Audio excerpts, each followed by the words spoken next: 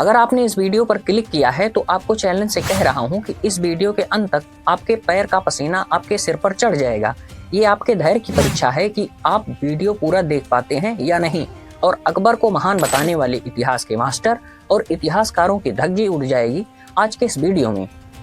नमस्कार दोस्तों, स्वागत है आपका एक्सेल एकेडमी में। I am Shubham with you. तो दोस्तों, अगर आप भी मेरे साथ हैं तो वीडियो को लाइक, शेयर और चैनल को जरूर सब्सक्राइब करें।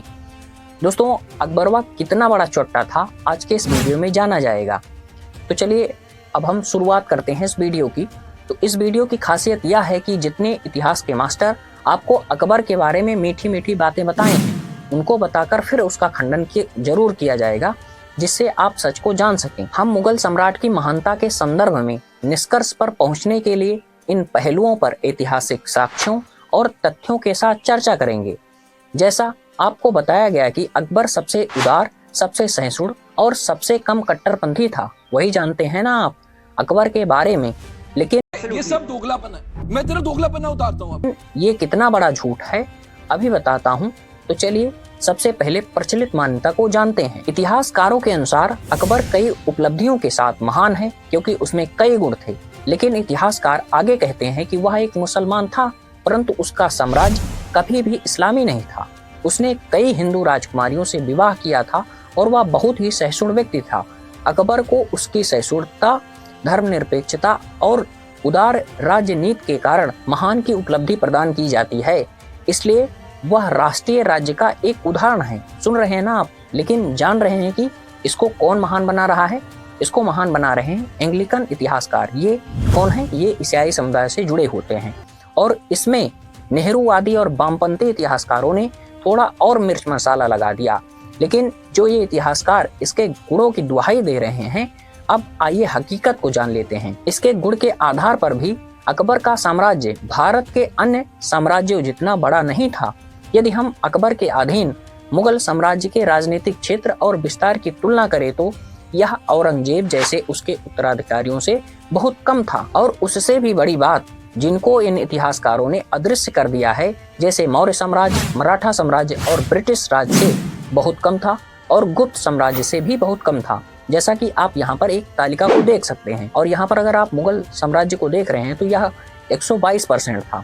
तो आपको लग रहा होगा ये तो बहुत ज्यादा है, लेकिन यह औरंगजेब को टारगेट करके लिखा गया है और इसमें उसका सबसे ज्यादा योगदान है। ये जो एरिया है वह औरंगजेब के टाइम का है, इसमें अकबर का बहुत संक्षिप्त ही योगदान है। इसलिए यह कहना कि उसका साम्राज्य भव्य था पूरी तरीके से झूठा, मनगढ़ंत और वास्तविक ऐतिहासिक साक्ष्यों और सबूतों को तोड़ मरोड़ कर पेश करना है।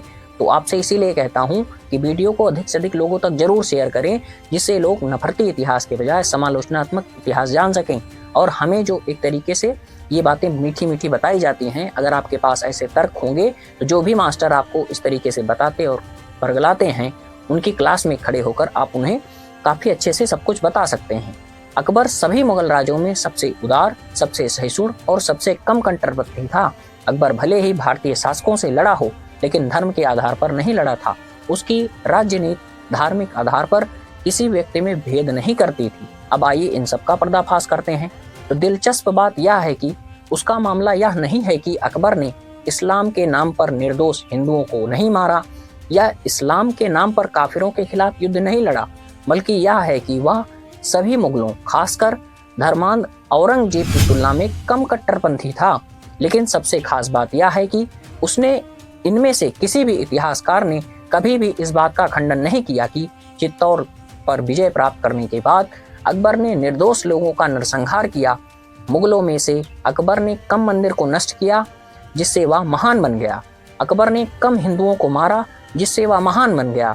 इसलिए हम कह सकते हैं कि वह सबसे बुरा में से सबसे अच्छा था। जैसे एक व्यक्ति ने 1000 लोगों को मार दिया और दूसरे व्यक्ति ने 100 लोगों को मारा और तीसरे व्यक्ति ने मात्र 10 लोगों को मारा और चौथे व्यक्ति ने मात्र 2-3 लोगों को मारा। तो हम कहेंगे कि जो चौथा व्यक्ति है वह काफी ज्यादा अच्छा है। तो उसके लिए सबसे अच्छी लाइन यही होगी कि वह सबसे बुरे में से सबसे अच्छा है। दूसरा तर्क यह है कि अकबर तब से एक भारतीय था जब वह एक भारतीय के रूप में पैदा हुआ, बड़ा हुआ और मर गया। उसने भारत को अपना घर बनाया और अंग्रेजों के विपरीत देश की संपत्ति को अपनी भूमि पर नहीं ले गए। कुछ भी ऐतिहासिक साक्ष्यों और तथ्यों से दूर नहीं है। अब जरा इसका भी पर्दाफाश कर लिया जाए। वह आक्रमणकारी बाबर का पोता था जिसने भारत की संपत्ति को लूटने के लिए आक्रमण किया था। उसने काफिरों को मारने, उनके मंदिरों को नष्ट करने और काफिरों को इस्लाम में परिवर्तित करने के धार्मिक इस्लामवादी कर्तव्य का पालन किया। इतिहासकारों द्वारा बताया जाता है कि अकबर अपने संरक्षक बैरम खां के साथ कालानौर, जो कि पंजाब के पास पड़ता है, में काबुल वापस जाने के रास्ते में था, तभी उसे हुमायूं के मृत्यु का समाचार मिलता है।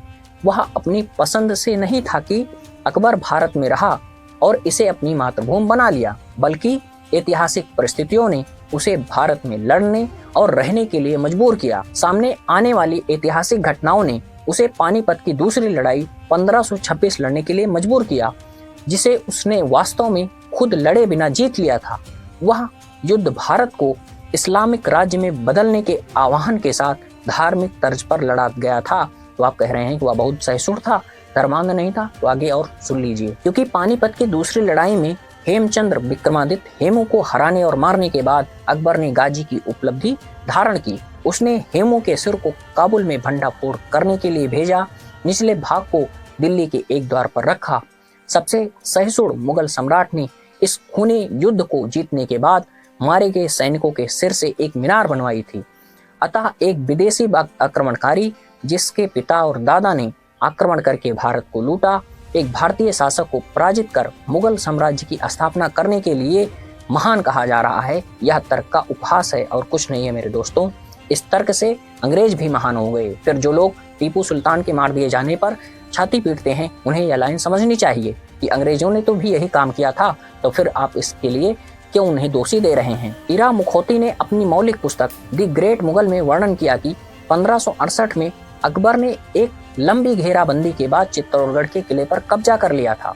युद्ध जीतने के बाद अकबर ने 40,000 निर्दोष हिंदुओं के नरसंहार का आदेश दिया, जिसमें निहत्थे नागरिक थे, ज्यादातर किसान थे, जिन्होंने किले में शरण ली थी। वह आगे चित्तौड़गढ़ की हार कहती हैं। काफिरों पर इस्लाम की जीत के रूप में घोषित किया गया और अकबर ने खुद को जिहाद में व्यस्त कहा। चित्तौड़गढ़ में मार काट करने के बाद उसने एक फतहनामा लिखाया था और कहा कि वह भारत में शासन इसलिए कर रहा है जिससे वह काफिरों को भगा सके। वह कितना बड़ा सहिष्णु था। आप सभी बातों को, तथ्यपरक बातों को समझ रहे हैं। यहाँ कोई हवाबाजी नहीं कर रहा हूँ और किसी में इतनी हिम्मत नहीं कि वीडियो में कही गई बातों को काट सके। हल्दी घाटी के युद्ध में बदायूनी भी गया था और उसने कहा कि दोनों तरफ के सैनिकों के ड्रेस एक जैसे थे और वह कहता है कि इन सबको मारो, इससे इस्लाम का भला होगा। 1581 में मान सिंह ने काबुल का अभियान किया।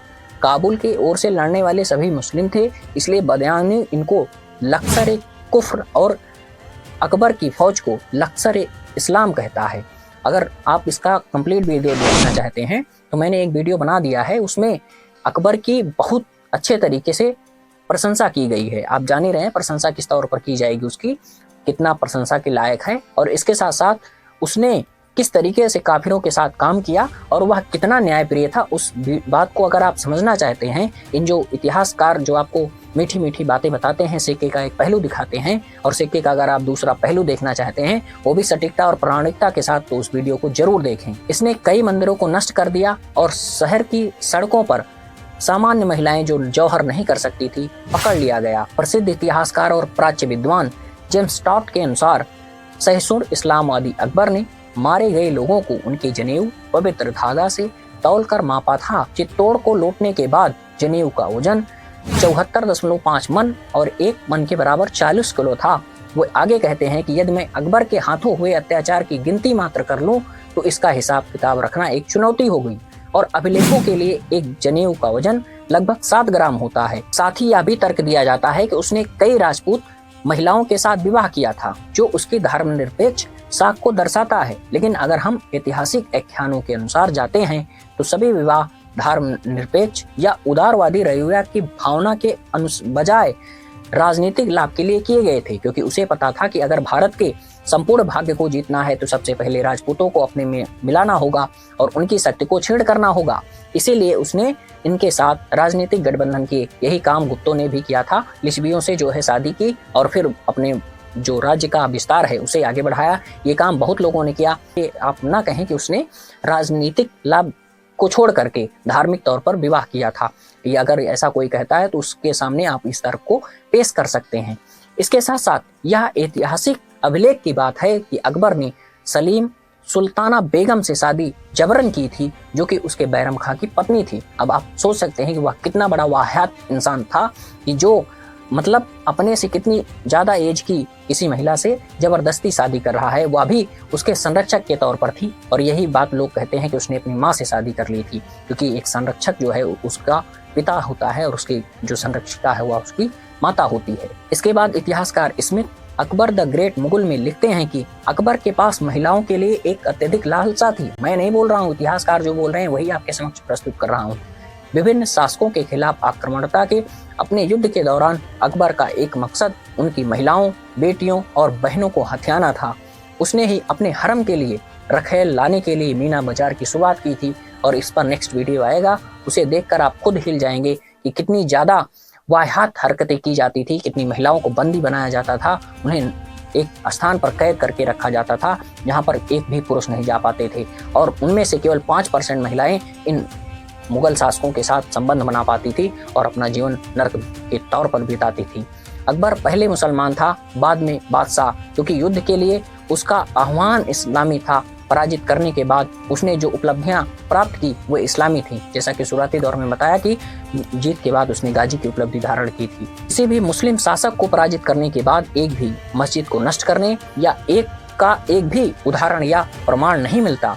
वह विभिन्न अवसरों पर मक्का में प्रचुर मात्रा में धन बेचता था जो युद्ध की लूट से प्राप्त होता था, और यह भी दावा किया जाता है कि उसने जजिया वापस ले लिया था, जो कि दर्शाता है कि वह बहुत सैसुर था। वास्तव में जजिया को अस्थायी रूप से वापस लिया गया था।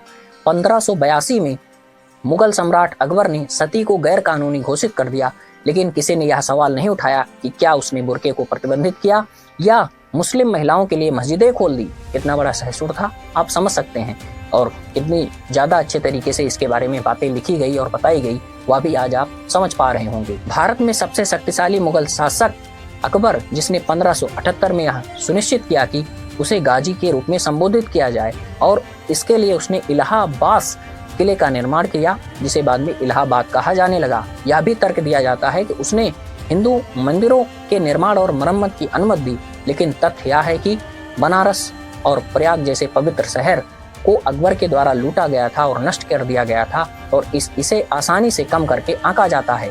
अकबर के समकालीन एक इतिहासकार हैं, लेखक हैं मोन्सेरेट, वो लिखते हैं कि मुसलमानों के धार्मिक उत्साह इतने अधिक थे कि उन्होंने हजारों असंख्य जो है मंदिरों को नष्ट कर दिया। हिंदू मंदिरों के स्थान पर अनगिनत मकबरे और छोटे मंदिर बनाए गए। अकबर ने भारतीय उपमहाद्वीप के कई मंदिरों को नष्ट किया, लेकिन उसने अपने उत्तराधिकारी औरंगजेब की तुलना में कम मंदिरों को नष्ट किया था, इसलिए वह महान बन गया। साथियों, अंत में यही कहना चाहूंगा कि हमें एक मुस्लिम बाहरी धर्मांध व्यक्ति की एक शासन स्थापित करने और उसे महान देने की इन गुलाबी तस्वीरों पर फिर से विचार करने की आवश्यकता है। और जो भी इतिहासकार या मास्टर आपको इतिहास के मास्टर ऐसी घटिया और वाहियात तरीके से बातें बताते हैं, एक पक्षीय बातें बताते हैं, सिक्के का एक पहलू बताते हैं, जो बिना वजह पूरी बात को बताए हुए किसी को भी ग्लोरीफाई करते हैं, उनको ऐसा नहीं करना चाहिए। और अगर वो ऐसा करते हैं तो आप जरूर उनके सामने इस तर्क को जरूर पेश करें, जिससे कि वह भी अपना दृष्टिकोण बदल सकें और समालोचनात्मक इतिहास हमारे समक्ष प्रस्तुत कर सकें।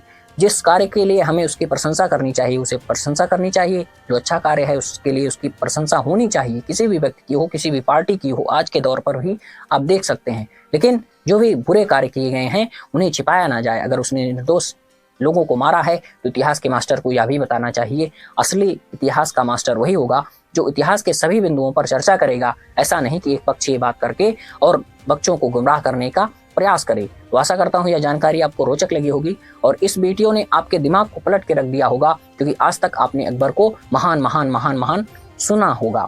और आज के इस वीडियो से आपको बहुत से ऐसे फैक्ट जानने को मिले होंगे जो कि सटीक और प्रमाणिक हैं। ऐसा नहीं कि मैंने हवाबाजी में पूरी बातों को मैनिपुलेट करके अकबर की धज्जियां उड़ा दी, ऐसा नहीं है। सभी बातें तथ्यपरक हैं और यहाँ पर जो बातें की गई वो इतिहासकारों के द्वारा कही गई हैं, जिसे मैंने आपके समक्ष प्रस्तुत किया। आशा करता हूँ ये जानकारी आपको काफ़ी रोचक लगी होगी। तो इस वीडियो को इतना शेयर कीजिए, इतिहास का हर एक स्टूडेंट इस वीडियो को जरूर देख पाए।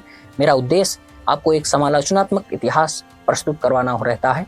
मिलते हैं किसी नेक्स्ट वीडियो में और ऐसी ही जानकारी के लिए चैनल को जरूर सब्सक्राइब करें, अधिक से अधिक लोगों तक शेयर करें। इस वीडियो के बारे में आप क्या सोचते हैं कमेंट बॉक्स में जरूर बताएं।